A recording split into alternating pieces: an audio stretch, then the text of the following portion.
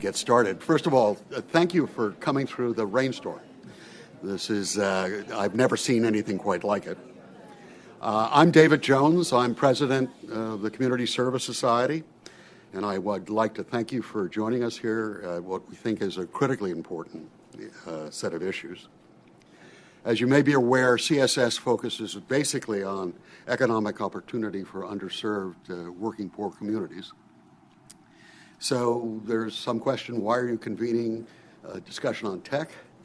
But I think we recognize just why, because this is the sector that's going to lead to family-supported wages, to careers, and into being part of the global economy in a serious way.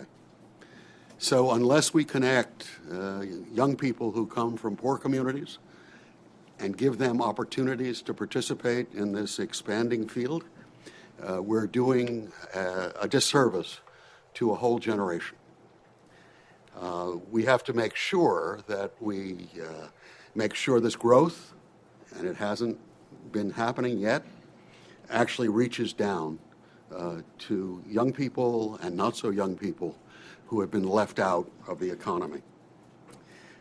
This is especially true when we're using New York City funds and state funds to subsidize many of the efforts in attracting tech.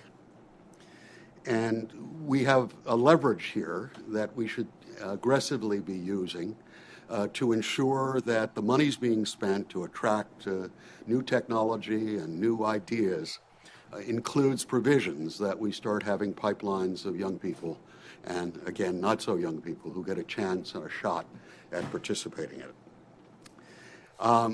To get this off the ground, we've invited an extraordinary panel to give you perspectives from all sides, both in terms of what the future looks like for tech in the city and state of New York, but also those who are actually trying to connect disadvantaged, poor, and others into this new economy so they can also benefit from this whole issue. We're going to start with a short data presentation to highlight the scope of the problem before hearing from our keynote speaker, James Bailey, who has been at the forefront of innovative anti-poverty initiatives and economic empowerment, and then hear from our panel before opening up in a discussion with all of you.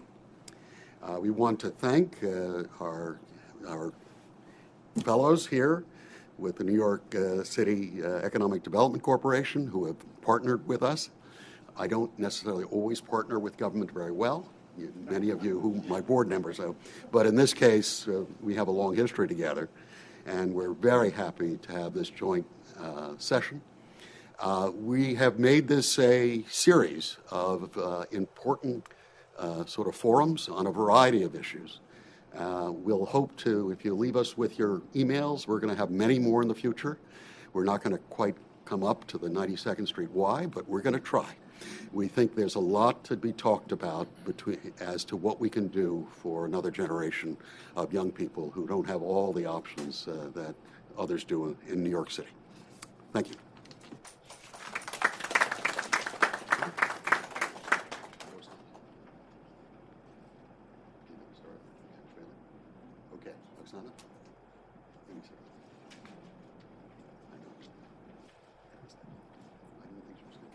Hi everyone, good evening. My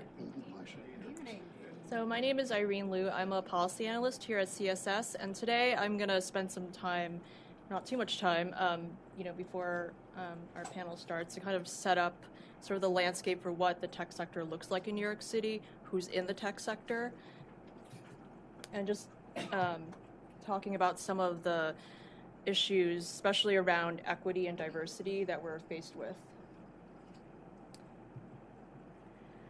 So tech is a fast-growing industry in New York City. The number of tech employees have more than doubled over the past decade, from 60,000 to just under 130,000 by 2016. And to start off, my data source for this presentation is from the U.S. Census Bureau, the American Community Survey data. And what I'm using to define the tech sector here, I'm using the definition used by the Federal Reserve Bank of New York, which includes 7 industries.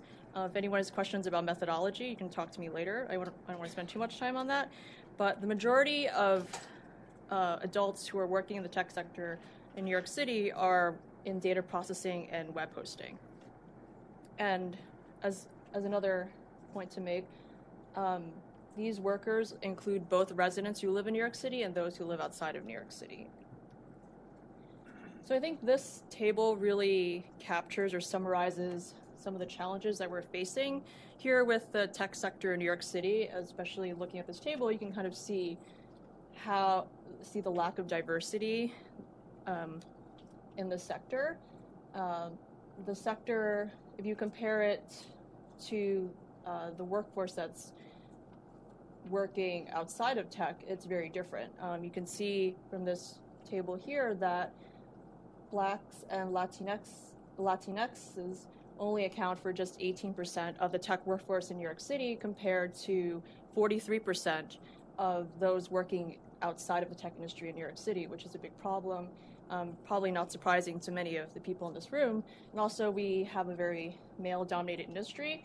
It's more than 2/3 of tech workers in New York City, while they just make up just over half of those working outside of tech in New York. And when I was running the data, what really jumped out at me was really just the share of the workforce that's working in tech in New York City that are living outside of the 5 boroughs. 30% of those in tech are living outside of New York City compared to just 22% of those working in sectors outside of tech. And also just another thing that jumped out at me was the fact that just the few native New Yorkers that are in tech in New York City compared to those who are working in non-tech industries.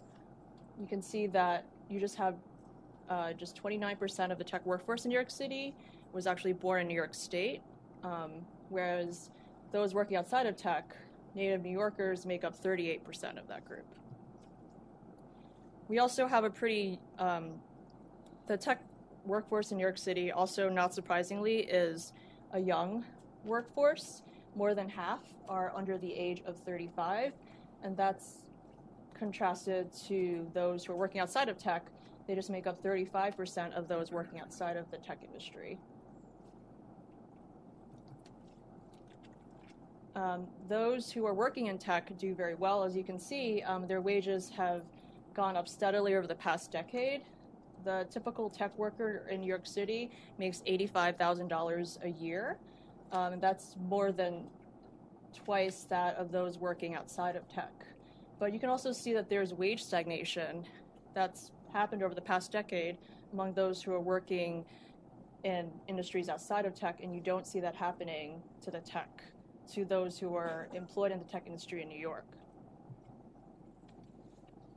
But also another troubling thing within the tech industry in New York is that there are also, not surprising probably to people in this room, there's also pay disparities by race and ethnicity. You can see that whites and Asians earn well above Blacks and Latinxes. And when you look at the younger age cohort of 18 to 34-year-olds who are working in tech, you can see that the age gap isn't very big. It's just about $10,000 to $30,000. But once you get up to workers who are 35 and older, you can see that white tech workers earn more than double Black tech workers. So that's a really huge pay disparity that increases with age. And you also see a similar trend when you look at pay by gender as well. You can see that the wage gap is much narrower when you look at 18 to 34-year-olds who are working in tech in New York City. It's about $10,000 differential, but when you look at men and women age 35 and older, that pay gap goes up, it's $30,000, which is pretty staggering. And just as a caveat, I don't account for some of these pay disparities. Could also be the fact that there are more men who are in higher paying occupations within tech, such as computer programming or software development, versus women. So there's also, some sort with senior level or those types of positions. So I don't account for that. So that might also account for some of the differentials that you're seeing here as well. Also, tech jobs require more education. As you can see, the majority of young adult tech workers have a 4-year college degree, 84%, compared to those who are working outside of the tech industry. Just over half have a bachelor's degree or higher.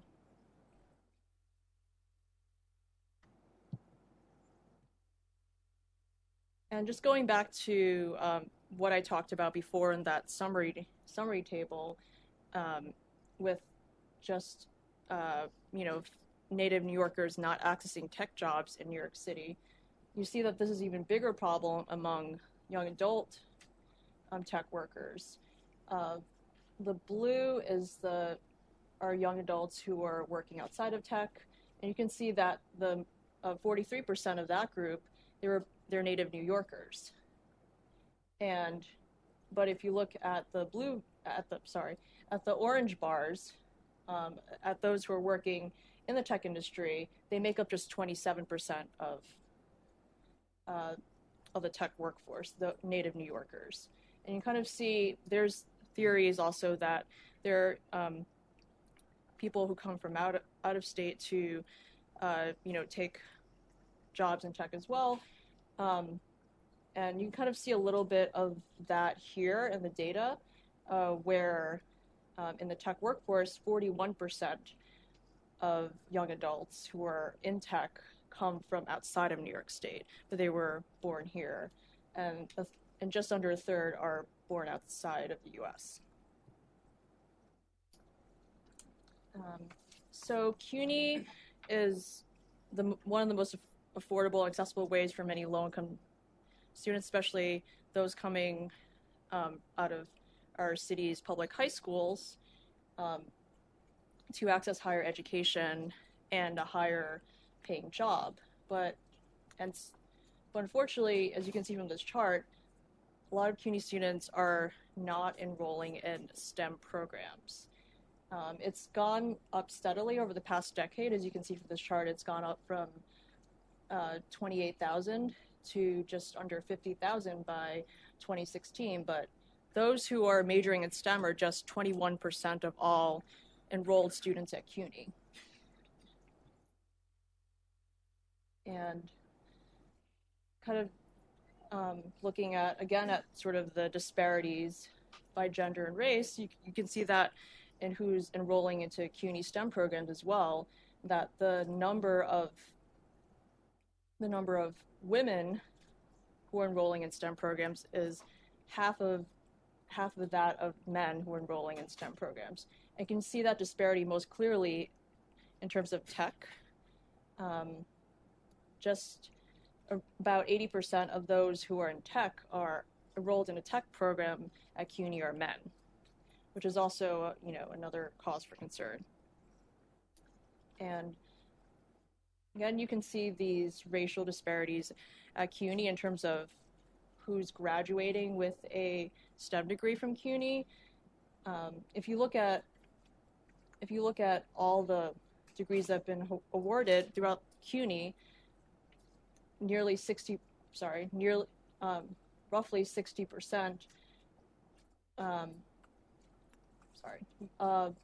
Blacks and Latinos make up almost 60% of those degrees awarded across the CUNY system. But if you look at those who are graduating with a STEM degree, it's 42%. So again, you see this mismatch between just the overall CUNY system and just the share that are graduating with a STEM degree.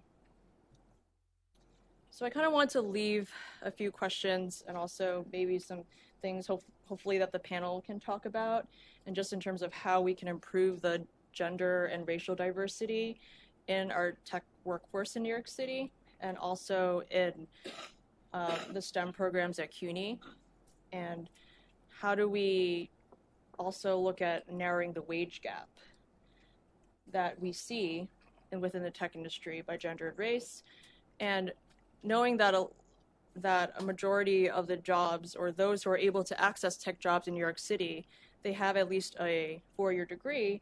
How do we create alternative pathways to these good jobs in tech for young adults who don't have the financial resources or the time, or have faced other barriers to completing a 4-year degree? How do we, how do we increase access for that population? And also, again, kind of what David had mentioned before, just in terms of our mission at CSS and, the population that we serve in terms of underserved New Yorkers, and especially low-income New Yorkers, how do we make sure that native New Yorkers, especially those from low-income neighborhoods, are actually accessing jobs?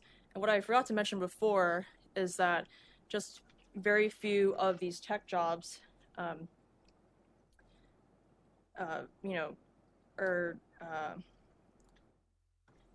very few of these tech jobs are held by people who live in low-income neighborhoods like Brownsville and Mott Haven and the Bronx. And, just a quick calculation that I made was that just 15% of those working in tech in New York City are actually coming from our poorest communities. So I think that's really something that we need to think about, and hopefully something that the panel can address as well.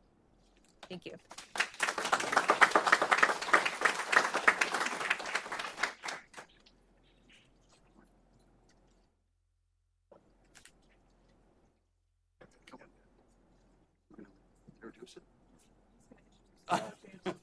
Okay. This is our partner from New York Economic Development, and he's also a friend. We cross over because he was one of the original leaders of City Limits before he went to the government and sort of. Okay. No, good evening. Thank you all for coming here. This is an important conversation.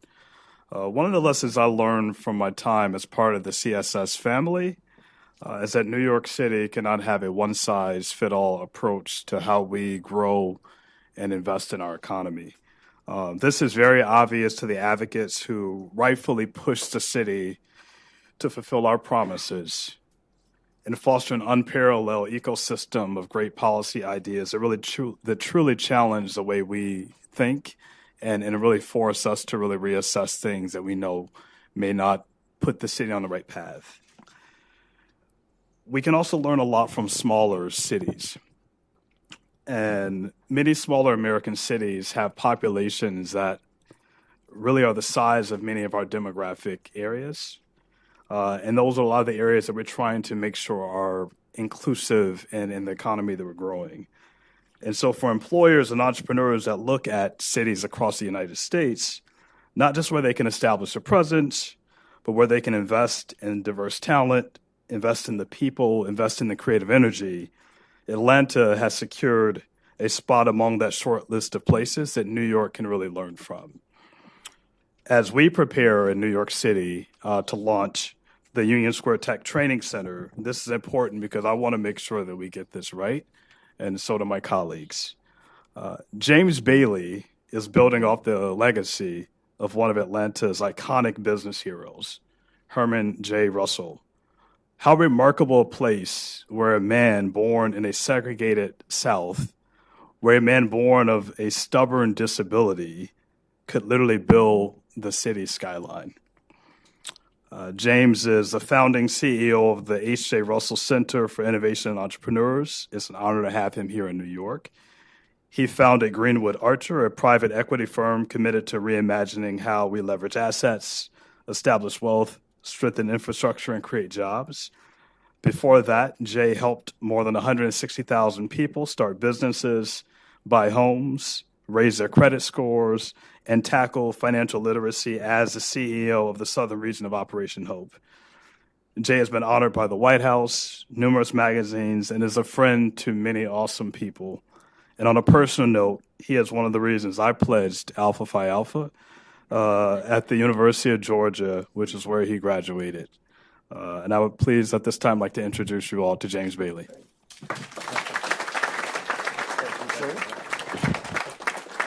Well, good evening. Good evening. Come on, guys. You a brave rain. I have flown up from Atlanta. I am from the Black church in the South.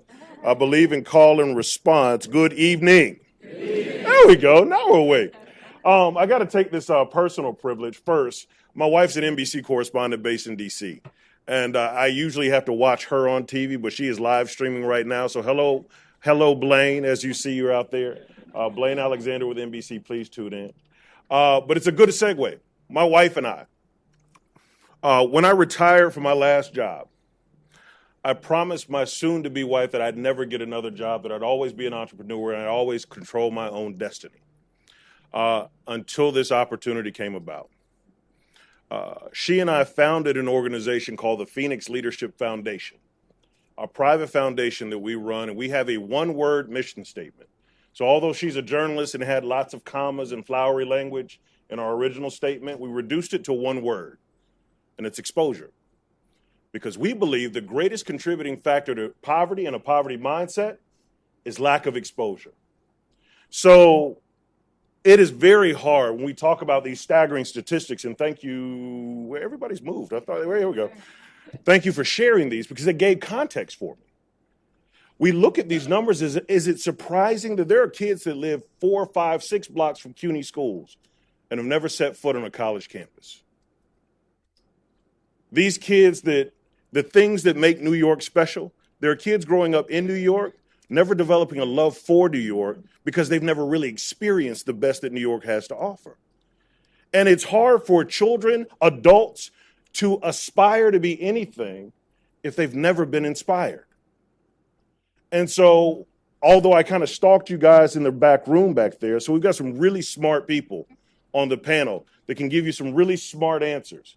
But I'm going to give you some common sense, what's coming from my gut, but then speak to, Mark, what we're doing in Atlanta that hopefully will have a tremendous impact. There's a kid in Harlem right now, because I'm a firm believer that God equally distributes genius, but access and opportunity is never equally distributed. There's a kid in Harlem right now with the same academic acumen, the same intellect, the same brain power as Elon Musk. But his highest aspiration is to work in his uncle's shop around the corner because he's never been exposed to what was possible. He didn't know that there was a future in tech. And I will tell you, if we miss this opportunity for those that work in closing the wealth gap and work in the poverty space, before you had to have the wealth, you had to have the gold, you had to own the land, the sticks, the bricks, the steel, the raw materials to develop wealth. Now we have come into an age where a girl in the Bronx with a few classes, a laptop, and internet access could potentially create something that would generate wealth for generations. And if we don't focus on those numbers that show that there are populations that are absolutely not present in that space and in that innovation, we all lose. It is no secret that the most powerful economies in the world are the ones that are most diverse. That's why New York is top. It's why LA is right behind you, because you have a diverse economy. And if we don't focus on that, we all lose. Part of my inspiration, I remember being a 14-year-old kid, latchkey kid in Atlanta, Georgia, and I used to steal my mother's car.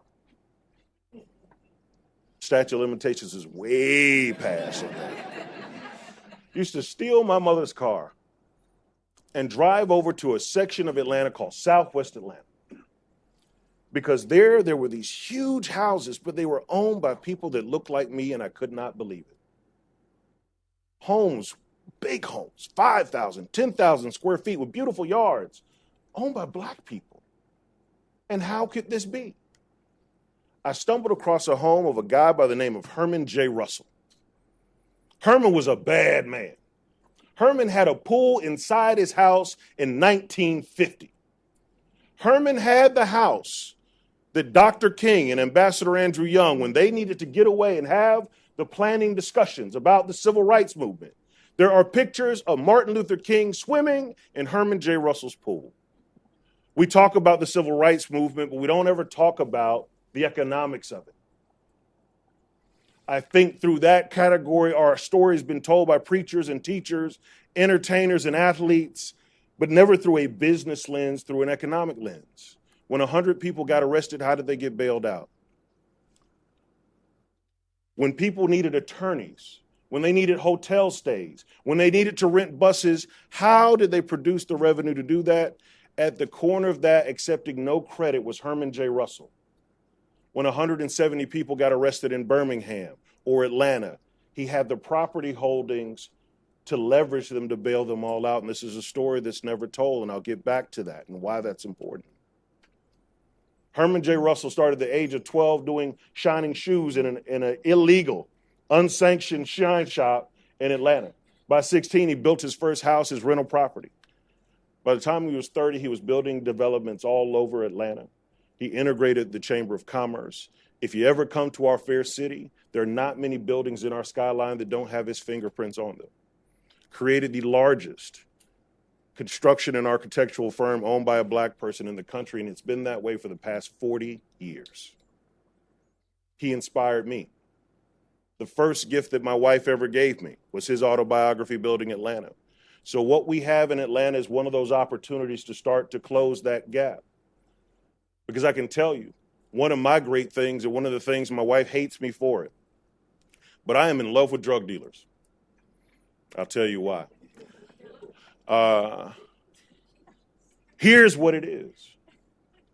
You show me a kid in the Bronx or on the west side of Atlanta that is running an illegal enterprise in his neighborhood. He's not a dumb kid. This kid understands import, export, wholesale, retail, supply, demand, territory, logistics, all with a gun to his head. And last time I checked, CUNY does not offer any coursework on chopping cocaine. He learns this by mimicking what he saw.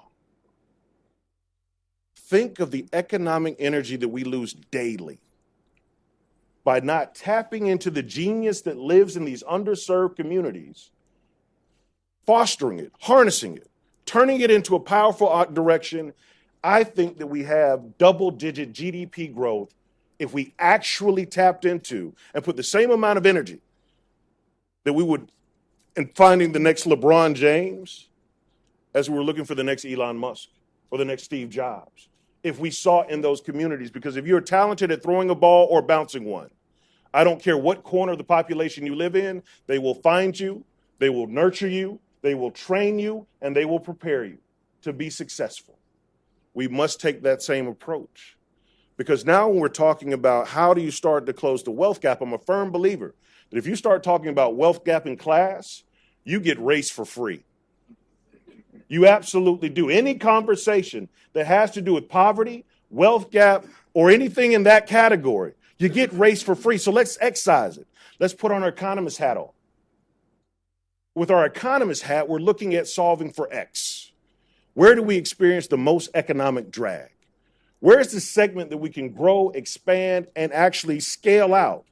And in this case, the statistics in New York are the same as in Atlanta. It is the same thing. And it's surprising even that when we started to define what inclusion means and diversity means, why we may not be having the results that we want is because we have not truly defined what it is. What is diversity? What is inclusion? And until we start identifying our target market, and this is what we're doing in Atlanta. And quickly, Ambassador Andrew Young is a mentor of mine. It says, be brief, be quick, and be gone. So we'll end with this as we bring it forward. We are re-engineering 50,000 square feet in Atlanta to create the largest center in America focused on creating, scaling, and developing black entrepreneurs. Because in the city of Atlanta, with a population of 54% African Americans, we represent the lowest population in entrepreneurship. The average Asian business is 12.5 times as large as the average black business. The average Latino business is 9.5 times as large as the average African American business. The average from lab to market, world-class entrepreneurship training. The Russell family has done some things better than other companies for the past 40 years. We're gonna codify that and scale it and be the epicenter for learning and growing the capacity of firms all over the country. But at the end of the day, the thing that is most important to me is it will be part museum. Part of the reason your statistics come out the way that they do is because nobody's ever told the stories. Nobody's ever shown a pathway to success through tech. So on the walls and the halls of the center that we're going to build, we're going to tell the stories of entrepreneurship. Because I can guarantee those kids in those neighborhoods you said that were underrepresented, nobody's ever had a strong conversation about ownership. So in this building, we'll also do that and focus on that because we think in Atlanta, for statistic, there are 265,000 registered businesses that are Black-owned. 97% of those have no employees. None. Sole proprietorships. If we were to focus on 25 to 30% of those businesses, scale them up to the point where they hired one person, just one person, the immediate and direct economic impact on our city would be game-changing. We want to be scientific. We want to be data-driven. We want to be impact-driven. And we want to become the epicenter for innovation, entrepreneurship, and economic advancement for the diaspora. And it's a high-flung goal, but when you talked about H.J. Russell, you're talking about a guy who had a speech impediment, and if he was sitting in the back of the room, you'd never know he was worth $600 million. But this guy did his best to not sit on his gifts, and because he lived, there are at least 50 that I can count. Millionaires that look like me, all over the country, all over the world, because he took the time to share what he had, to be the example, to be the inspiration so they could aspire to greater things. So I'm as interested as all of you to learn and listen, because I'll be in the back taking notes as well, guys, to take what you have learned and what you do now in practice, to take it to our city, because one thing we do have, Mark, is we don't let politics get in the way of growth. We were branded the city too busy to hate. And Atlanta was counted out many years ago, but it has thrived and we're growing. Who knows? We may be coming after New York soon, brother. Watch out. But guys, it has been my pleasure to be here, to learn, to be in an ecosystem. I think as the world gets smaller, and the world is getting smaller, the miles that separate us from Atlanta to New York to LA to Singapore to Haiti and Africa and everywhere else, because of technology, those lines and those miles are getting shorter every day. And if we're not proactively thinking about how we can work together and collaborate, we lose. I'll end with one of H.J. Russell's most famous sayings, that collaboration beats competition every day of the week. If you look at this room, think about the moment in history we're sitting in right now. Could this room even be possible 60 years ago? That's progress. So where will we be 60 years from now? Thank you so much.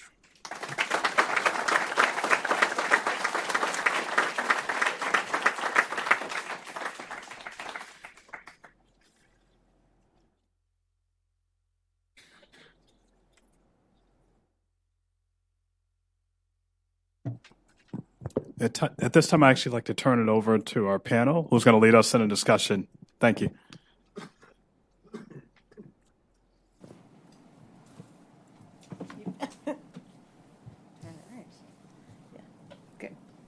All right. Thank you, everybody.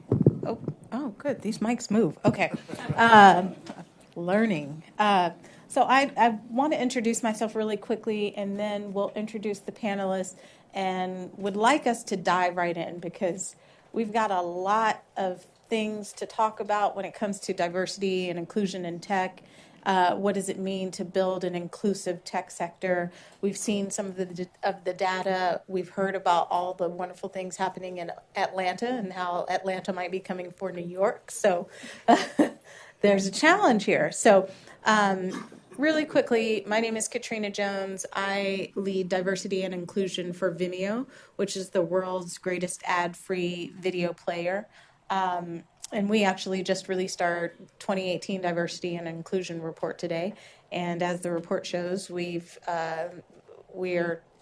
diving in. We've got a head start, and we've got a lot of work to do. So with that, I will turn to my left. And if each panelist could just introduce themselves, the organization that they're with, that would be great.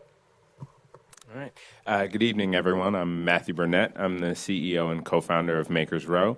We're a marketplace. We connect small and medium-sized businesses to manufacturers that are in the United States. So we have about 20,000 manufacturers in the U.S., and we have just over 200,000 brands. Yeah. Hi, everybody. I'm John Galante. I'm the executive director of Year Up New York. Year Up is a nonprofit organization that is focused on closing the opportunity divide. Basically, there are 6 million underserved, disconnected young adults in this country on one side of the divide, and on the other side of the divide, there are 12 million opportunities and jobs with great careers, where our mission is to close that opportunity divide. And one of the great advantages we have here in New York is we really have tremendous spread across the metropolitan area with jobs and opportunities. And all of those folks are connected through our public transportation system. And we also have the CUNY system. So we have a lot of opportunities to align and collaborate and to make an impact. Hi, everyone. My name is Jessica Santana. I'm one of the co-founders and the executive director of New York on Tech. New York on Tech is a nonprofit organization that started in 2014 with the mission to create pathways for low-income students of color into degrees and careers in technology. Hello, everyone. My name is Evin Floyd Robinson. I'm also one of the co-founders of New York on Tech, along with Jessica. Right now, I currently oversee programs and partnerships. The cool fact here is that I'm also a member of Alpha Phi Alpha Fraternity Incorporated, and I see one of my bros in the back, and I'll pass it on. Good evening, everyone. Liliana Polo-McKenna, CEO of Opportunities for a Better Tomorrow. Happy to be here. OBT is one of the city's leading workforce training organizations. We've been around for about 35 years, working with youth and adults who are disconnected and are disengaged from employment and education. And about 2 years ago, we launched our first tech program, and lots to share on that throughout the panel. Thank you all. So before we dive in, I want everybody just to check on their chairs. They should have cards. You should have cards, index cards. Yes. So on those index cards, what I'd like you to do is to write your questions down. And if you don't have an index card, just raise your hand. But write your questions down on the index card. And when we get to the end of the panel, and it's time for Q&A, Alex, if you can raise your hand, she will be around to come and collect the cards and to answer your questions. Okay. So first, let me start off. We've seen this really compelling data that Irene presented. We know, based on the reports that the tech companies release, that they are committed to diversity and inclusion. At least they say they are. And we also see that progress is stalling, that it's minimal at best year over year.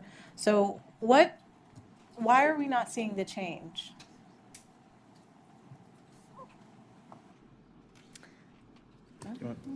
Anybody?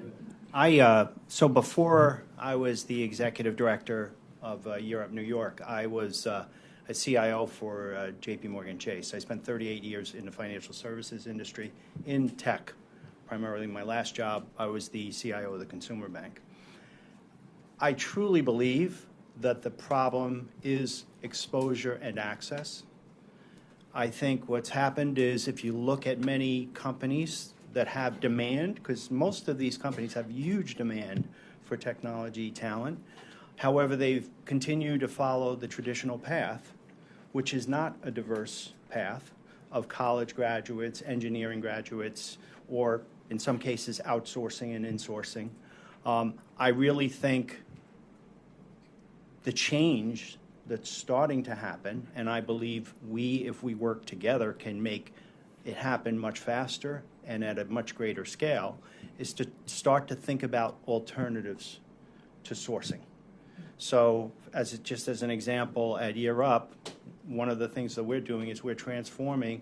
We traditionally were an operations and finance service organization, matching up those jobs. We are now really transforming into much more of a tech-centric organization, and we're launching. We already have a cyber program. We have a help desk technology program, and now we're launching data analytics and software development. I think those skills are really in demand. We have a technology advisory board, which consists of lots of CIOs and CTOs. They just need access to the talent that we can provide them access to. And I really believe that we will see a tremendous amount of growth. Even if we see a tremendous amount of growth, if you look at those statistics, we have so much more to do.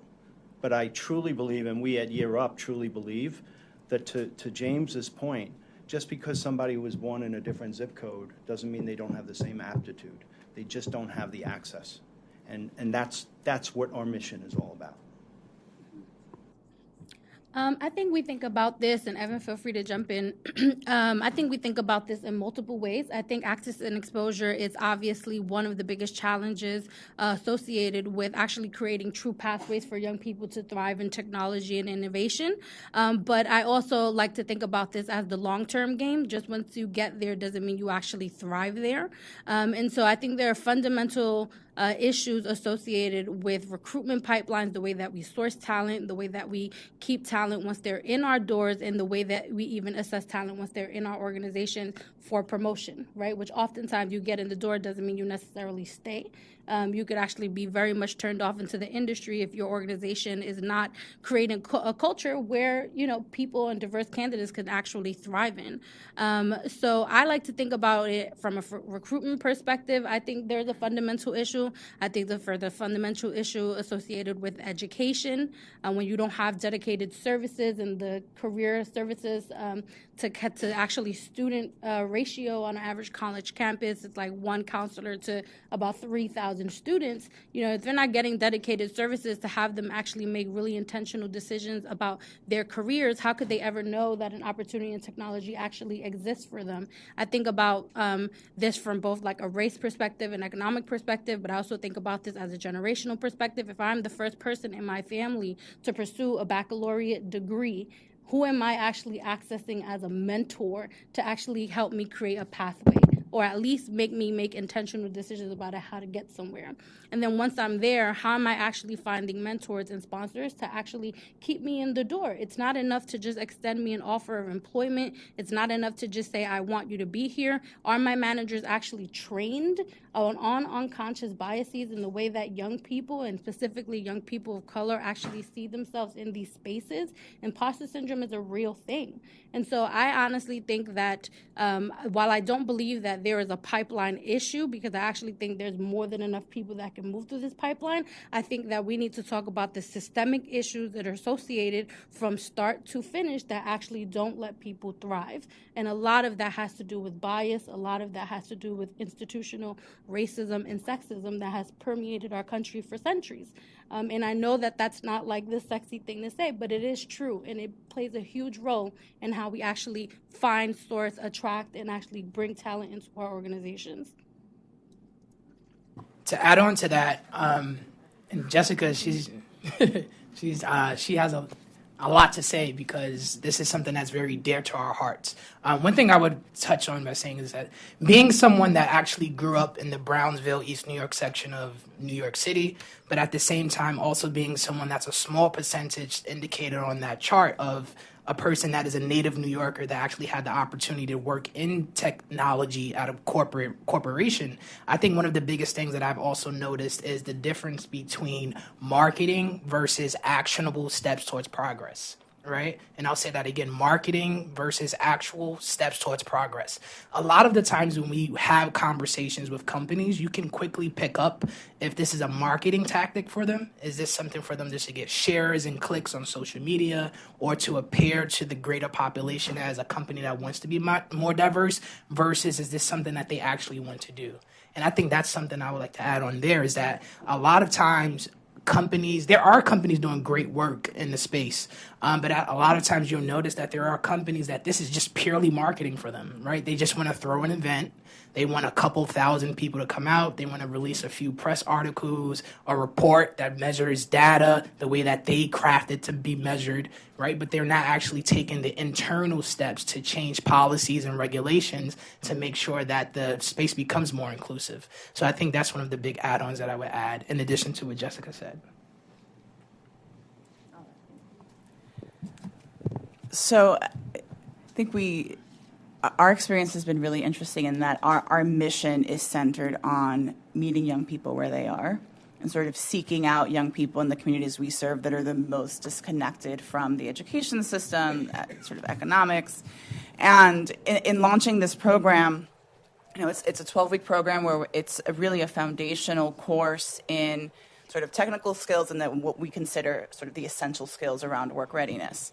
And a lot of the work that we've had to do is really help build up basic skills in order to even be able to access some of the opportunities that exist post the program at OBT.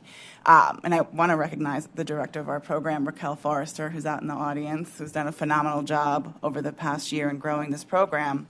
But I think there's issues at every stage of the work. So there's the issue of sourcing, there's the issue of what the transition looks like and how people are supported, and there's also how sort of us as an organization, those of us on the panel as a system, we're informing the K-12 space, not just in the sense of sort of integrating programming, but really understanding what are the building blocks to be this skill set that you need to have, from mindset to disposition to sort of this creative problem solving that really is different in this space. What are those building blocks? What does that look like at different grade levels? And I know that work is happening. I think it needs to be ramped up in many ways. But it's that backward mapping that's not just from employers to preparation programs, but then back into the educational space. Thank you. And you all have touched on a few critical pieces of that puzzle, the sourcing piece, the talent development piece, and I'd love for us to tackle sourcing, because when we look at that data and see how it breaks down in tech versus non-tech and that representation of racial and ethnic minorities, and that tends to be the focus when you're talking about getting underrepresented groups into tech and diversifying tech. It's about underrepresented minorities and women, but that is just scratching the surface. I mean, we don't talk about disabilities, we don't talk about formerly incarcerated people, and really making full use of all of the talent that exists in our communities. So how do you think we can take a broader approach to engaging talent and all kinds of talent and identifying and tapping that talent? So I think we've talked about this a lot. And I think on one end, it's really getting a better understanding of the breadth of jobs in the sector and sort of what that universe looks like to be able to map backwards from that. I think that creating opportunities, if you look at the disparities in age, someone who is working full time and wants to advance their skills can't leave for 6 months to do a deep dive program to develop a whole other set of skills. So what opportunities are we creating to support those individuals, whether it's in the evening, on the weekends, and financially supporting that, because in most cases they're not free, to be able to upskill and be able to access better paying jobs. So I think that there's a variety of different strategies that are both sort of on the front end, how do you get someone who's super green, but then someone who's already working, whether they're in the space or outside the space, to be able to access a different kind of job. I'll take that from a different perspective. As an employer, I've found that a lot of people ask, how do you keep your staff so diverse? And I've found that that is not my struggle, not at all. And I think that that's primarily been because I have such a diverse pool of applicants because they see me. And they automatically would assume that this is an environment that is safe for them, people of color, women, all that sort of stuff. And it's a weird thing. These are just I've been thinking about this for quite some time, like working with programs like MLT. They're just now starting to look at startups because they've been a pipeline to the Fortune 500 companies, and they have not been a pipeline to startups. And I think that it's a really interesting narrative, just the journey of trying to fundraise. And it's a weird place that I've been in. So trying to fundraise about 5 or 6 years ago, being a black entrepreneur that is not from Stanford, that's not from Harvard, that's not from any Ivy League school, that's from Pratt and Art School in New York. And to go out there and to fundraise was, I'm going to eventually write a book about it. But for me to not match the pattern that they normally see, but also to be approaching a space that they see as almost defunct, right? American manufacturing. I think most VCs that I speak to think that all manufacturing is taking place in China, and they don't recognize what's right under their nose. And, there's no, you don't see that story in press. So I think that it's trying to be able to tell those narratives about people of color that are entrepreneurs and how they made it. Because I look at movies like Silicon Valley or the television show Silicon Valley, I don't see anybody that looks like me. And even growing up through school, finding myself in the arts. I didn't find myself in math and science. I was good at it, proficient at it, but I wasn't really inspired by that. But it was the arts that really showed me that, like, there is no, like, right or wrong answer, but you can create your own world. And there's definitely, chips fall to where they may. I can make different decisions as an entrepreneur because of my background in the arts. And I think that to be able to find kids where they are and to be able to teach a different way than just the regular, like, textbook way. I love to be able to have things in my hand to learn how things work. And I think that if we only teach one way of doing it and we don't harness and nurture these talents in the diversity that they exist, especially in underrepresented communities, that is really where we've lost a lot of opportunity. Because a lot of my peers that have fundraised that are Black or Latino, Latinx, all went to Harvard, all went to Stanford, and so I'm really happy that I was able to strategize my own way of carving my place in Silicon Alley, but it just shows me, like, how narrow that path is, but a wealth of opportunity of ideas. And I'll say this one last thing. We're seeing a lot of our folks like in Bevel and a lot of products that focus on our communities. And we're just now starting to see the value in that, not we. A lot of the VC communities, they're just now starting to see the value in that. And so they're just now starting to see the value of Black entrepreneurship or entrepreneurship of color beyond just the marketing of the seed capital. You're seeing a lot of VCs invest in entrepreneurs at the seed level, never intending to support them past that because it establishes their quota. So I think that's a big question as well. Mm-hmm. I also, to add to that too, I actually think that there's a profound misunderstanding on how you actually access talent, and that level of education needs to be given to the technology industry. I don't know that everyone who is in a position of power, who is a hiring manager, actually understands that there is talent that exists in CUNY, that exists in non-private universities. There's also talent that don't have a bachelor's degree, or maybe have an associate's, right? And so I actually think that in order for us to reimagine what sourcing looks like, it has to actually be on the employer side to actually educate themselves on they have the resources, they have the funding, they have the budgets, right? And so if we do not have an employer pool that is willing to learn and be really self-aware about the fundamental issues that their organizations have in actually sourcing talent, then we are not going to be able to actually solve this problem, because they hire, we train, right? But they hire. And ultimately it's going to have to take them to shift their mindset about what talent means, where they can find it and how to access it. And until they actually incorporate that into policy on paper, into their companies and organizations, I'm not sure that we will see the change that we're actually looking for.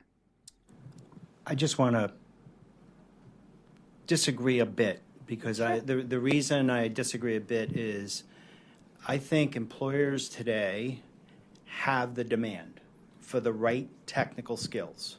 And I think if all the points you guys are saying about thinking about alternative channels and being flexible and affordable in doing so in terms of how we actually prepare, the young adults for those internships and those jobs is key. So I actually think it's my experience has been with employers, if we can deliver talent with the right skills, okay, and I really want to underline the right skills, both soft skills and technical skills. I truly believe that is the way forward. I agree with your point. We are still working with talent acquisitions teams to get them to be more open and flexible to that. But I think where we've had success, where we've demonstrated that it's possible, they've started to lower the bar in terms of not thinking 4-year degree only and all those other requirements. I just think we have to for that to be sustainable, we've got to make sure that we're arming the young adults with the right skills that are in demand. Because if they're in demand, I think the corporations will be looking for that talent, and I think we can deliver that talent. We just have to work together on it. Any other thoughts from the panel before I? Okay. And shout out to the person from CUNY. I see it. And I'm glad that we're having this discussion, and that there's disagreement about how do we identify talent and how do we make sure that we are casting the widest net, right? And beyond the focus on young adults, beyond the focus on racial and ethnic minorities, on women, but thinking about everybody who should have access to these opportunities. I want to pivot to talk about, once you've got people in there and they're highly skilled about the environments that they're walking into. And Jessica, you touched upon this about the talent development aspect, that it's not enough just to recruit people into the teams and into these companies, but thinking about how do they grow and develop within these companies, and the cultural competency of their managers, of the people that they work with. So what should companies be doing on that front to ensure that managers, that those teams are equipped to work with people of all kinds of all backgrounds? I think, honestly, as someone who is working right now and developing talent that's earlier in the pipeline, I think it's my responsibility, my organization's responsibility, and I would actually put a call to action to everyone in this panel who's training young people, that it is our responsibility to provide that level of education to understand and get companies to understand that you are playing the long game, that is not just, we're producing talent, you're hiring them, now they go from making $30,000 to making $85,000 and everything's good, right? Because $85,000 eventually in 10 to 20 years from now is going to be that $40,000. And so I'm thinking about economic mobility when I think about this. But it brings me back to why I actually fundamentally disagreed with you, because I actually think that there's this inherent belief that when underrepresented groups, when women, people of color, people with disabilities, people with LGBTQ, that identify with the LGBTQA community, I fundamentally believe that a lot of times they are actually forced to train when they actually do already have the skills. So at some point, I also think that we need to acknowledge that there are biases, when people of color, when underrepresented groups go into these companies, that oftentimes projects a profound misunderstanding that just because, they may not look a certain way or they may not fit a certain profile, that they don't have the skills. Sometimes people do have the skills. Sometimes people have the skills more than the people who are actually at these companies, because that person actually had the relationship there and someone willing to to sponsor them at that company, right? And so I think part of this is like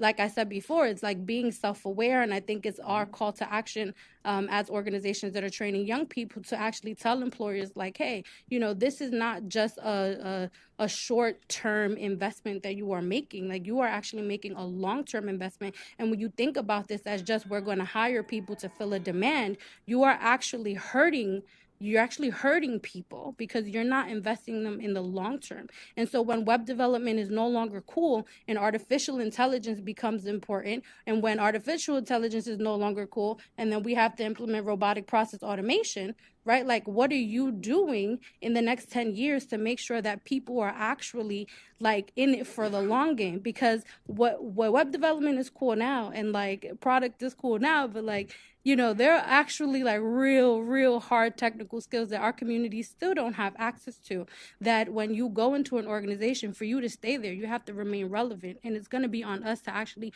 create that urgency in the industry. I agree that there's biases, and I also agree that we have to play this for the long haul.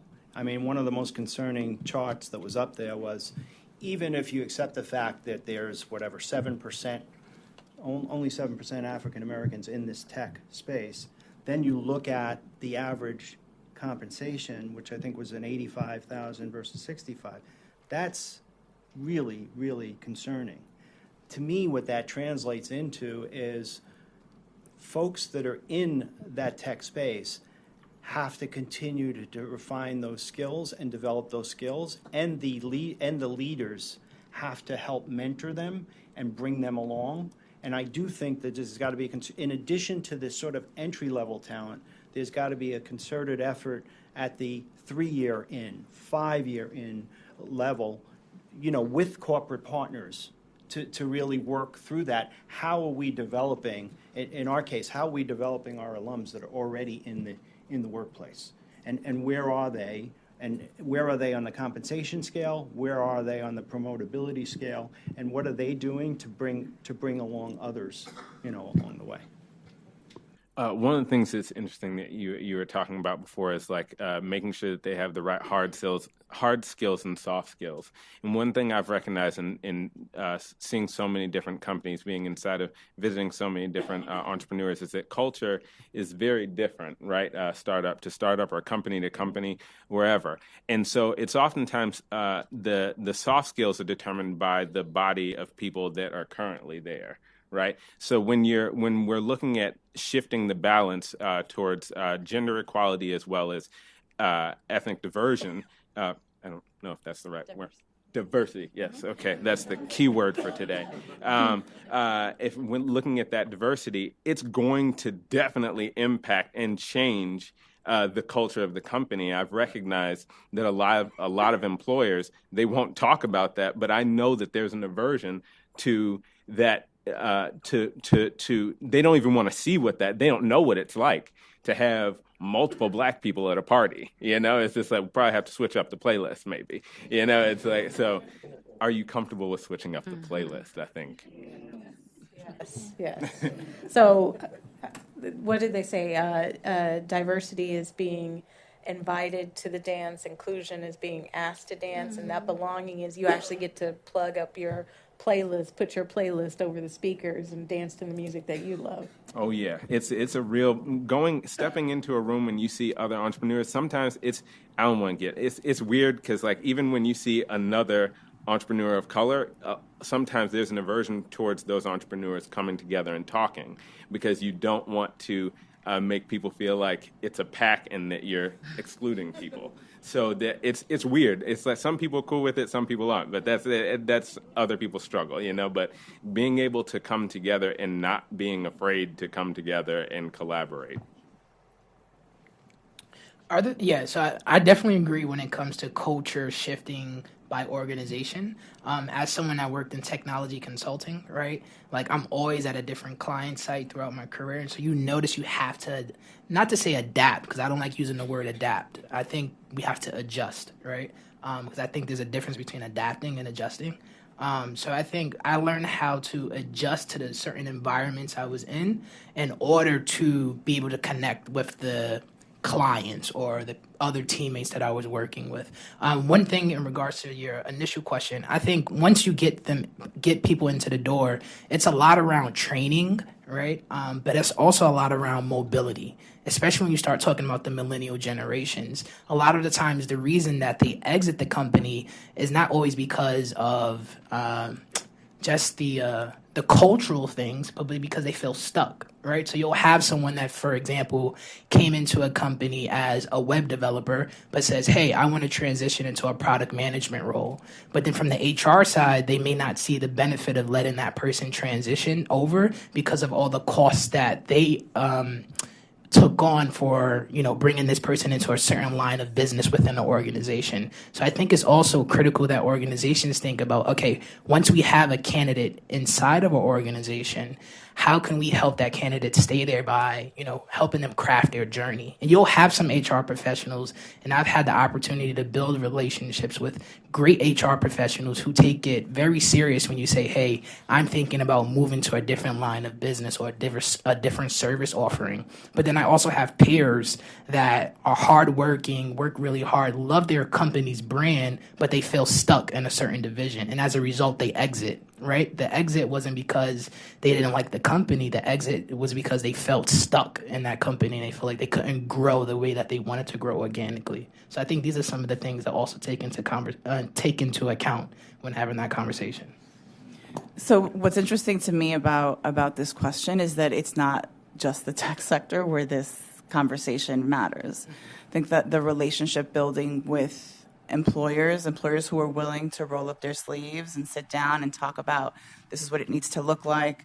This is how I like the distinction between adapt and adjust. This is what the culture of the company is. I think our friends at Priscolas would have a lot to say about those deep partnerships with employers.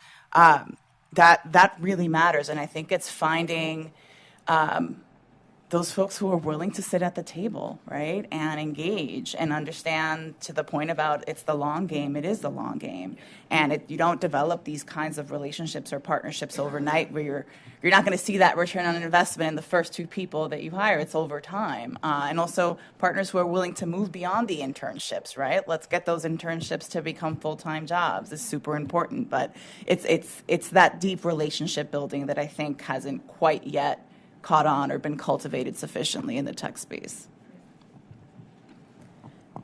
And there are so many initiatives, right, that are in play right now with the goal of diversifying tech.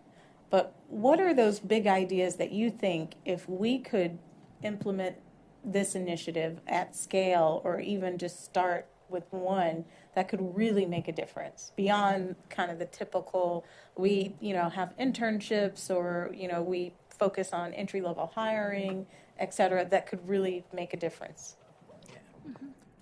So one thing that really fascinates me is that right now there are a lot of products, and I don't mean like programs as products, I mean like products, like actual tools that are being developed in order to remove unconscious biases from the hiring process and the onboarding process. Granted, a lot of these tools have been a little bit flawed because they are being developed by engineers that oftentimes have their own inherent biases, and a lot of times they're including those biases in the codes that they write. But I think that as we have more technical Black and brown and Black and brown engineers specifically, because we work with local income students of color, and so that's where like my focus and my passion is. I think that when you have more Black and brown engineers that are coming from low income backgrounds, that have this true life experience of what it was like to actually move from being here and then that delta being Z, where now they're an engineer and they're creating products and they have these skills, that we actually will fundamentally leverage the technology itself to actually solve the problem. And I think that's the one big idea that really is exciting for me right now. Granted, there are a lot of tools on the market, though. There are a lot of tools on the market, but I haven't seen that one product yet that has like fully changed everything in a scalable fashion.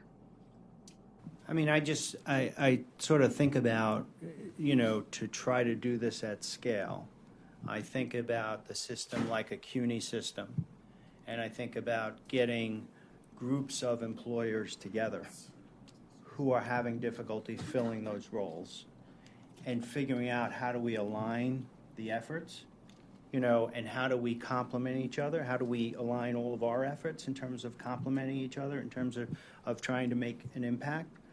To me, a lot of us are about trying to do the same thing and trying to close the opportunity divide and trying to diversify the tech workforce. I think we need to kind of brainstorm how do we align our efforts and complement our efforts. I mean, we were just talking in the room before, we don't have a UX, you know, user interface design channel. However, when we talk to, you know, the 40 or so corporate partners, they need those skills. If these guys are developing or have a track record of developing those skills, you know, there's nothing preventing us from saying, let's collaborate on that and let's help you fill those connections. So I think if we work together, whether it's CUNY and, you know, the partnership here at the panel, and really start to think about how do we tackle this problem at scale and really complement the efforts that we have, whether it's, you know, instead of us all trying to train on cyber, maybe we pick a few of the community colleges that focus on cyber, or, you know, I mean, I think there's a lot of different things that we could do if we really brainstorm together. And when I say together, I mean community organizations, the colleges, the boot camp training, and the corporate partners. Because I want to go back a little bit to the corporate partner thing. I think in some cases they just don't know how. They really do not know how to change, you know, and I think we've got to educate them and train them and bring them along in that change. One thing I would add is what was just noted, just collaboration. One thing that really makes me chuckle is the fact that when I came over from corporate America to start New York on Tech with Jessica, is that everyone has this perception of the nonprofit world just being like smiles and high fives, right? And that's not the case. When you get into the business side of the nonprofit world, it's pretty much the same, right? It's competitive, is fast paced. People want to, you know, be first to market with a certain offer. People are going after certain corporate partners. And so it's a competitive space. But, you know, as my colleague just said here, I think one of the biggest things missing from our space is collaboration. And so, for example, New York on Tech, we focus on web development and UX and product management courses. How could we team up with another nonprofit that is doing technology, but maybe focused on cybersecurity and data analytics, but doesn't offer product management, UX, and web development, right? It's the collaboration part being the key, which I think is currently missing across our space, but, you know, in spaces in general. And so that would be my biggest kind of like contribution to that question is collaboration, and how do we all come to the table, but most importantly, not come to the table and talk, but take action, right? And I think that's the next step there, the action part. And let me just want to add one thing to that. I think when I talk to some of our corporate partners, I just had a conversation with Fidelity the other day. One of their challenges is there are so many of us talking to them and trying to get mind share and trying to make that connection. So I think if we can do more, and we may compete in some and collaborate in others. It's just like in the corporate world. That's the way it works. But I think if we can do more to align ourselves and really, you know, get these communities together, I think we can make a tremendous impact. I want to add two things. One, I think this notion of collaboration is super important. Even knowing what is the universe of training programs, I think, is really important. And also, collaboration takes resources. And it's really important to keep that in mind, to make sure that these transition points or that this partnership is cultivated in a way where the young person or the individual is really maximizing that experience, because we're all sort of strapped for resources. I think the other piece, and I'm not sure who mentioned it, but really cultivating this entrepreneurship mindset, disposition, skill set continues to be really important. I think one of our biggest learnings is just the opportunities in freelance for young people who are coming out of our program who need to build experience, need to build their portfolio in order to be able to access these next level jobs. There's sort of an amazing gift and an incredible trepidation around that, and really making sure that we're providing the guardrails to make sure that young people understand what that means.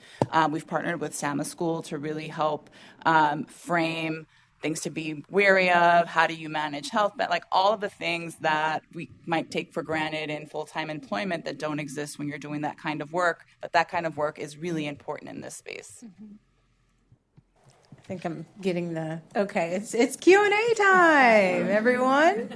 All right, so if you've got a question on a card, raise your hand. Alex will come around. She'll grab your card, and we'll get some answers.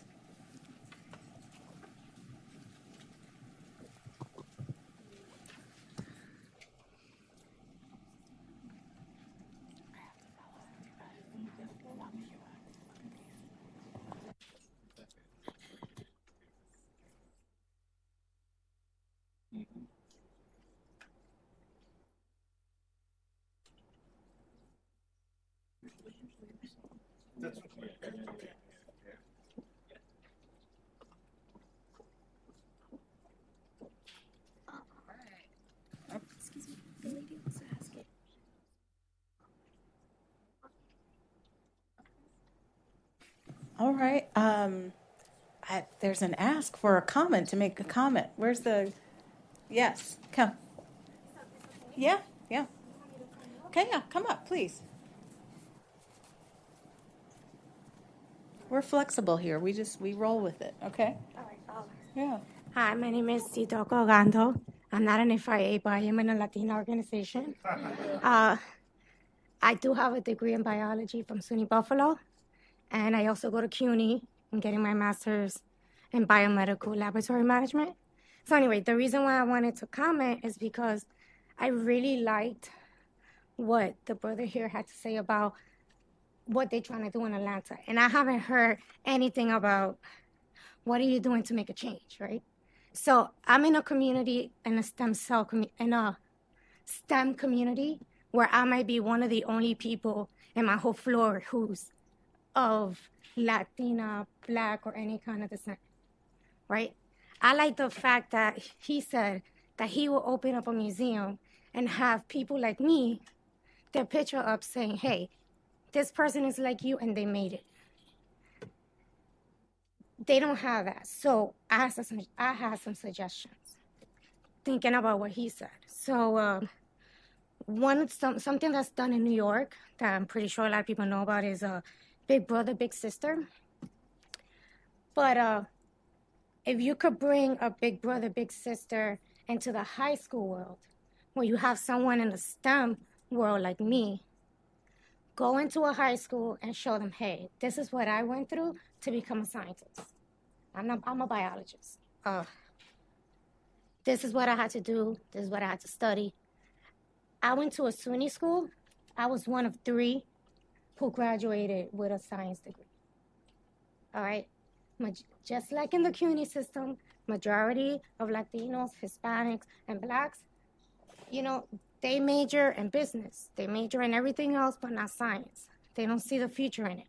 The reason why most people major in science and not math, physics, engineering, and stuff is because they want to become doctors. They want to become nurses.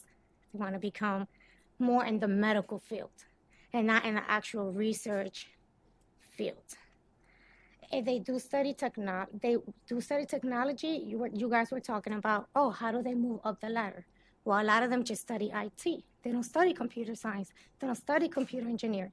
If they do go to engineering, my university has 15 different engineering programs. Majority of them engineer and mechanical. Aerospace. Why? Because we like cars. We like, electrical, civil. They don't major in computer science because it's hard. It won't take 4 years to get a computer science degree. It might take you 7. And you don't want to be at the library 24 hours a day studying and coding. So they just get an IT job and then they get stuck, like you said, right? They can't move up the ladder. Not because they don't want to, but because once you put in like you said, right? Once you put in a set, nobody wants to give you an opportunity to prove that you can do something else. So these are the stuff that you guys are not answering. You guys are discussing the problem, but he's giving us a solution. The solution is to peer up people to have a mentor to high school students before they even get into college so that they can see that they can be successful in that field and that so that they can major in it. Because it's not just in CUNY that is only 2% or 10%. It's in SUNY, it's in private, it's everywhere. And that's just a fact. You know who's in science right now? Foreigners, Chinese, white, and Indian. A lot of the PhDs, they come from other countries. And that's the truth. How do we get our PhDs? From our communities. I grew up in Harlem, so, sorry. Okay, all right, anyway, that's just the perspective that I just wanted to give you guys so that when you answer the questions, what's the solution? You're welcome. All right, thank you. And with that, questions. I'll start with this one. How should New York City itself hold large tech companies that receive public subsidies accountable for recruiting, training, and hiring local residents and marginalized populations? I'll give one suggestion, but I won't be long because I know we're limited. If you actually take an assessment of where a lot of these technology companies are located, they're usually located next to a low-income community. And if you take a step back, I'll give you an example. So we talk about the Brooklyn Navy Yard, right? We talk about the whole Dumbo area. A few steps over from the Brooklyn Navy Yard and Dumbo is the Farragut housing projects. A few steps over from the Farragut housing projects is the Fort Greene housing projects.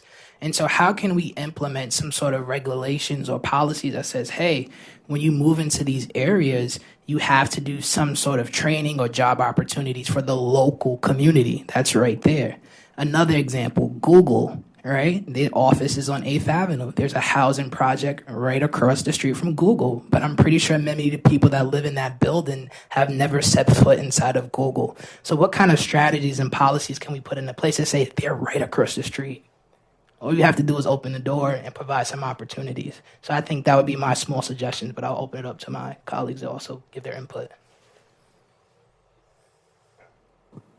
I won't dare to say that I have any solutions to this, so I'm sorry this might not be totally fulfilling here, but there are ideas that was amazing, like right across the street from Google. I had, of course, you see that all the time, but thinking about how corporations can work with the community, if you're going to plant yourselves in that community, you have to have some sort of accountability to the community, even if it's not just a jobs thing, even if it's just opening up the doors for mentorship programs, even if people aren't qualified, that they're able to see what's inside of there. I think that the message gets out. I actually would like to see, if you're going to... Your mic isn't on. Oh. I actually would like to see, if you're going to come to a city and you're going to establish headquarters, that actually automatically does gentrify the communities that you are about to place your headquarters in. So as a result of that, I always go back to the economics of it. It's if you're going to make a profit, knowing that trainings are costly, knowing that space in the city is costly, knowing that education and a lot of schools in the city are underfunded, I actually would like to see those dollars being able to actually mobilize some of the initiatives and the solutions that people on this panel are working on. Because Europe, I don't know how much it takes you to train one candidate, but I know it's pretty costly because it's costly for us as well. So for me, I'd like the policy to actually include that a portion of your profits will actually go to moving people in the right direction to be employable at your organization and at your company in the future. It's a good, it's a very good idea, and I would say that, in many cases, the municipalities are negotiating with these corporations to move locations there, and there's usually giving them deep discounts on taxes and benefits and everything like that, and maybe part of that's got to be, you're going to move here, there's a percentage of, your population that has to come through your doors and become part of your organization or something. I think there's ways of making that part of, as companies move into space or as they relocate to space, making that part of the commitment. We do it in other sectors all the time.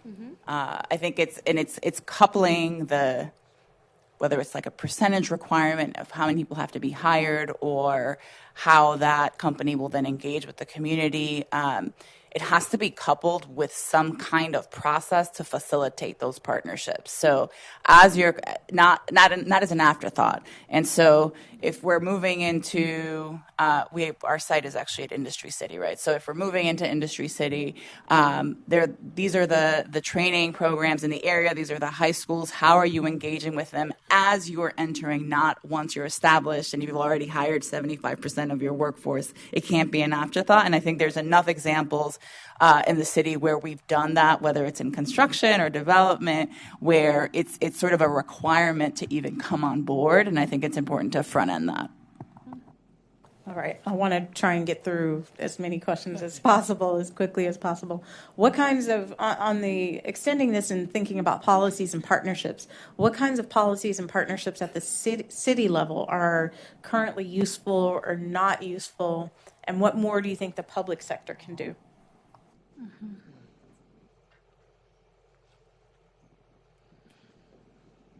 I mean, I would say, the partnerships with the housing authorities, in terms of recruiting, and really working those alignment with some of the organizations that are here who are working on developing the skills and placing interns and everything else, really aligning those more closely and really driving those kinds of things. I think we've had some success with that, but we probably could do it on a broader scale. And I just think how we connect with the communities is really critical. And I think right now it feels very ad hoc, if you will. It's not something that is, really done at a broad scale level. That I think we could do more in that space. I like the idea of visibility between partnerships between the city as well as like different startups, and to be able to put that on display. I think that if people are able to see how public-private partnerships work from like inception to fruition, I think that people can be able to see themselves or see their companies participating in that, right? Because I think that most startups would never go to work with, and this is nothing against New York at all, but it's just like they wouldn't go to the city to work with them on building their companies. Oftentimes, they're not seen as so much of a part of the network or a part of their growth, So I think that if there was more of transparency into that process, I think that would help other tech companies see how they can potentially work with the city. The only thing I would add is, some of the most passionate and dedicated people I've ever had the opportunity to work with are people that work for the DOE. And we get to work with a lot of people from the DOE with our work at New York on Tech. However, as we enter this phase now where we are deploying CS education into the classroom, for us to be very intentional about that actually being implemented. So I know there's a lot of conversation now around teacher training and training teachers to teach certain levels of curriculum in the classroom.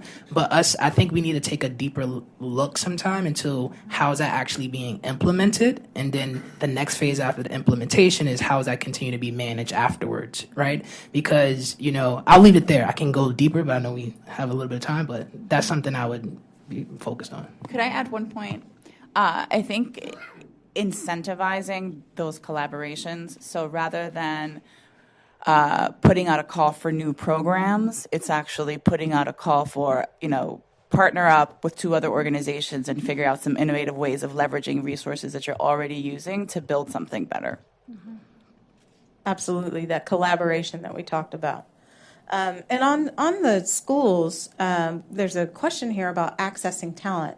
The New York City specialized schools have almost no Black and Latinx kids, and no pipeline seems to exist. Mm-hmm. What do you propose to introduce a pipeline to these resources? Mm-hmm.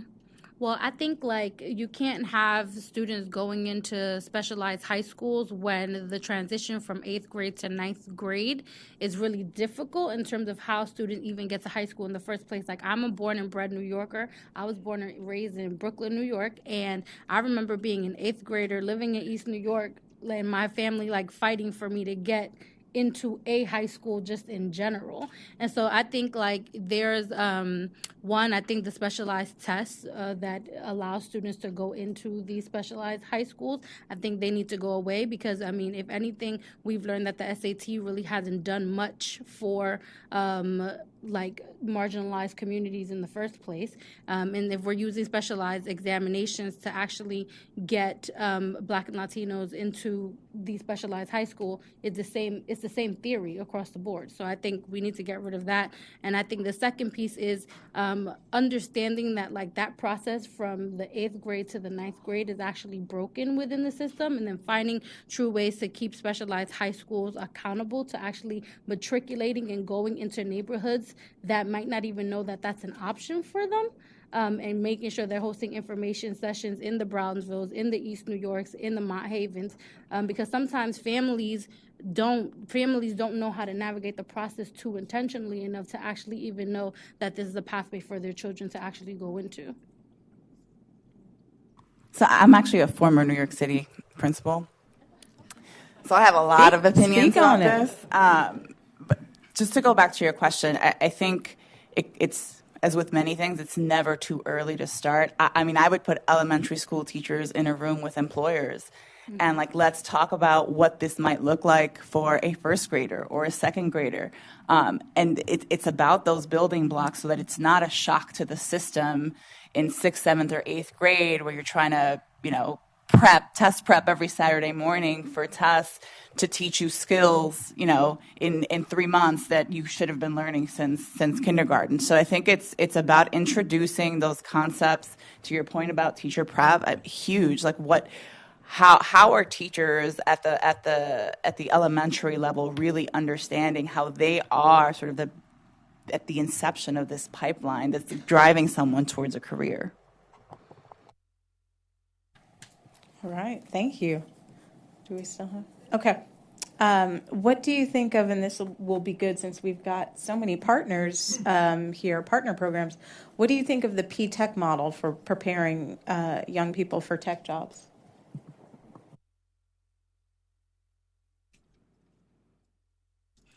I think it's good. I was thinking, that's why I took the time. I like to think before I speak sometimes.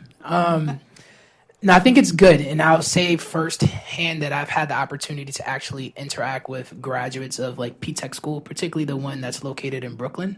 And so I've seen positive outcomes from what the students are able to achieve there. The only thing that I would say, and I always have kind of, always a +1, is, and anyone in this room feel free to correct me if I'm understanding the model incorrectly, is that when you stop a kid from going off to college. So I have interacted with kids that have said, hey, I have this opportunity after going through P-Tech to work at IBM, and so I'm not going to go to college immediately, and this is what kids have told me. I think we need to think about what that actually means, right? And so if that's not the model, hold me to that, but I'll add another statement. I think we need to understand what that model actually means when you tell a kid to defer the process of going to college just to get a job right off the back. Because when you look at corporations, what actually happens is eventually you have to go back to college because you can't grow. Right. And so you have some companies taking people into their organizations with associates or, after doing workforce training programs. But eventually you hit a certain level in that corporation where you're not making past X amount of money because you don't have a degree.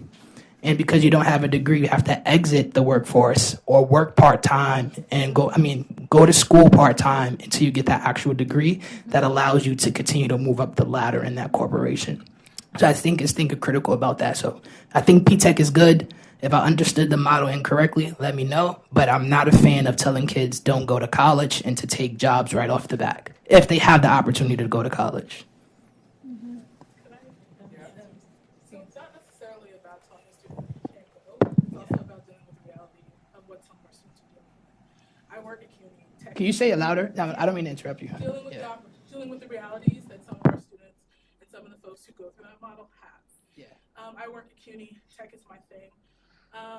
And the reality of the matter is already about a third of my students, regardless of age, work full time, going to school full time, because they have to. 40% or more of CUNY population in terms of our enrollments come from households with less than $40,000 as their annual income. We have to be honest, and I think one of the tricks and one of the challenges to the collaboration piece that we're not talking about is that different populations need different things, and because we're all competing, we don't coordinate to think about like, hey, this kid may actually need to get this job because he's contributing. I've had to talk students down from not taking an internship because it's just a summer internship, even though it's making $25 an hour, because they're going to give up a job that's consistent and they contribute to the family household. So it's understanding all of those dynamics that's important. And so back to the collaboration piece, these are some of the conversations we actually don't have as this community, because we always think that our way is the right way.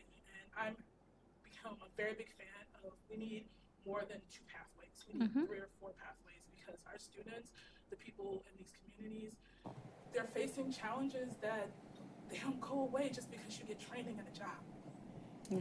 Thank you. Just to add, go ahead. We do have the P-Tech model wrong. Okay, so yeah. I'm on the faculty at Baruch College. The P-Tech students actually, the first cohort finished in 4 years, not 6, and half of them went to college. We have a half a dozen P-Tech graduates going to Baruch College. A number of them went to work for IBM because that was jobs. I think the important thing about that model is they took cohorts of students who weren't admitted to almost any other high school, and in a sense ended up in this school in Bed-Stuy and have shown that they can perform at an enormously high level. So I don't think there's anybody at IBM who's telling kids, don't go to college, because that's not what's happening. These kids are graduating in less than 6 years, and they are going to college. Some of them are working, I think, as the young lady just explained, almost the majority of students that go to CUNY work because essentially they don't have the financial backgrounds to take care of all of the things that they have to deal with in terms of family and school. And can I just say, just want to add one thing. I didn't mean to cut you off. So I thank you for, providing more information. I thank you for providing more information. To understand clearly what I said, I think the P-Tech model is good, and I see students doing great things outside of the model. Just correct me if I don't get the model wrong. My other side was non-P-Tech related and saying I don't think that and I'm not saying P-Tech is saying that, I don't think as a community we should tell kids not to go to college. So that was my statement. So I appreciate you guys both saying that, but to make that clear.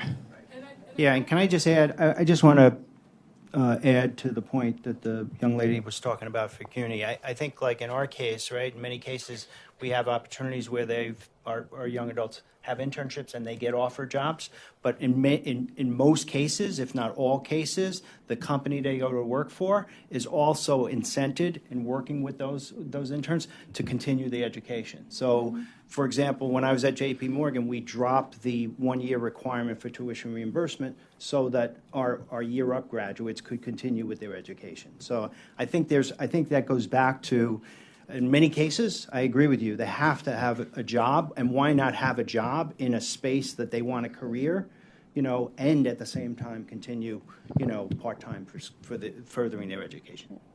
What I'm hearing from this is that this is a call for collaboration, again, between organizations who ultimately have the same goal, which is how do you get underserved populations into jobs where they're earning living wages, they're able to take care of themselves, their families, to pursue education if they want to, or if they need to. And then also that there is no one solution to meet this problem or this challenge, right? Or to serve the many underserved people that are out there, that there are many different ways, many different solutions. Many ways, yeah.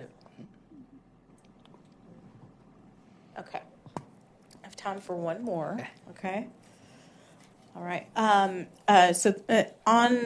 the topic of getting more young people to study STEM-related subjects, from your vantage point, what has been done already to increase or to impact young people and incentivize them to study STEM-related subjects and majors?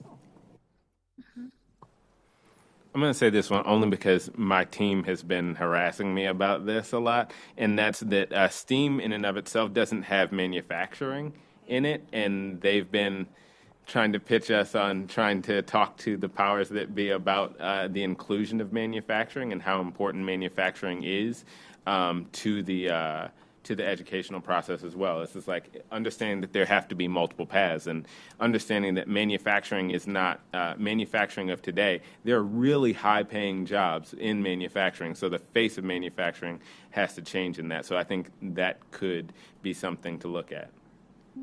I think at New York on Tech, we believe that you can't be what you can't see. And so as a result of that, part of our model is not just, training and then internships. Like there's a huge intention in the way that we pair students up with actual people in the industry that more than often, if I'm quantifying this based on our 2017 data, 78% of our mentors are mentors of color, specifically Black and Latino. And I think that has fundamentally shaped their perceptions about what they feel like they can achieve in the future. And it also gives them the social capital and currency they need to actually make intentional decisions about their career, given their specific issues around things like, do I go to college? Do I get a job? If I get a job, how can I maybe do college on the side if that's something that I wanted to do?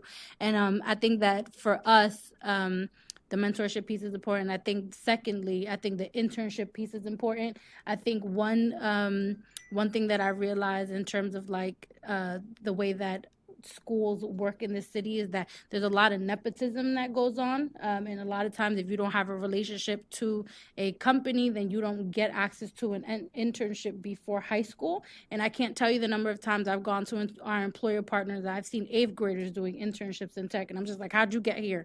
And they'll say my uncle. I'm just like, that's fantastic. So for us, I think the way that we think about it is one is the mentorship piece along with the training, but then also adding the professional work experience component.